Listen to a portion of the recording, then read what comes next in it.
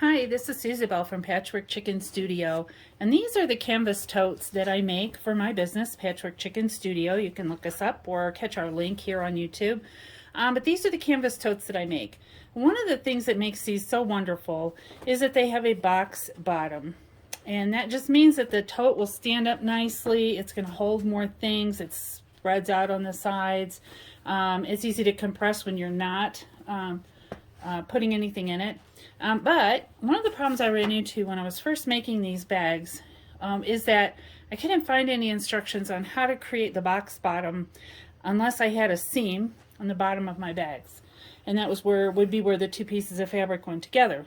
These totes aren't made that way. They don't have a seam at the bottom, and I don't want a seam at the bottom because it's a weak spot in any kind of a tote. And so this is just one run of fabric that goes from the top of the bag underneath and all the way up on the back side. So I had to figure out how to make a box bottom without a seam. And like I said, I couldn't find a video that would show me how to do it without a seam. And since I didn't have a seam, I had to figure out how to do it. So I'm going to show you, and you can share with all your friends.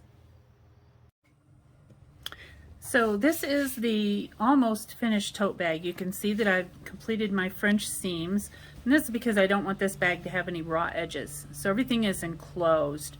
But I don't have a seam at the bottom of these bags, as I showed you on the finished one. There's no seam at the bottom, so all of the instructions for doing a box bottom don't work.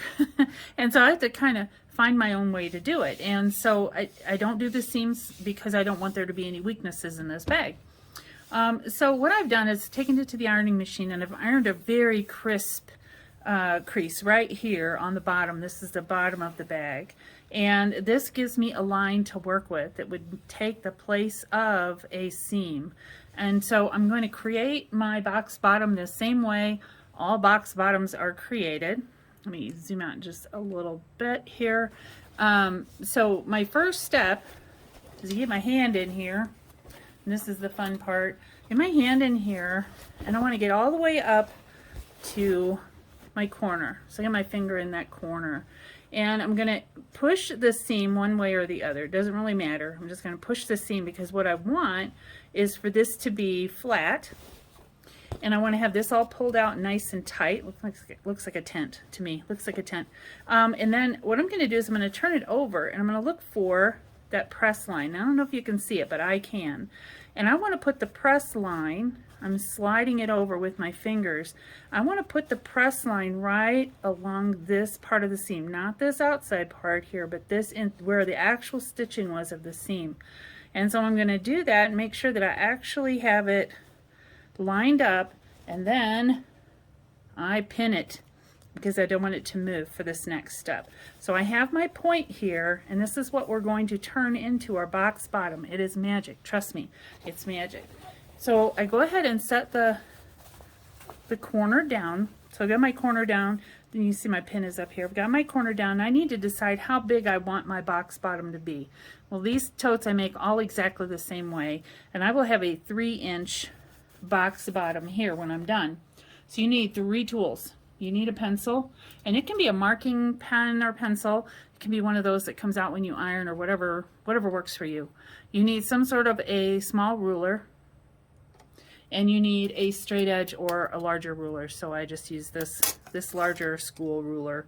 And so what I'm going to do is I'm going to set my measuring spot is going to be at 2.5 inches, and I'm going to put this right at the corner. Now, if I can zoom in a little bit, I don't want to lose you here.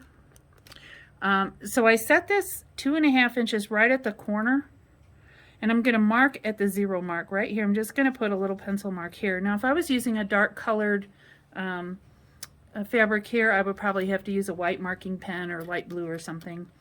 I'm going to do the same thing over here. I want to put it right on the edge and mark it at the 0. So now I have these 2 marks here. Then I'm going to use my straight edge, and I'm going to draw, and I'm going to use where the mark is at the edge of the fabric, not up here. Those marks don't matter. I want the ones at the edge. So I'm going to draw a line between those 2 points. this will be my stitching line on my machine. So I'm going to go ahead and put this under the machine and stitch it.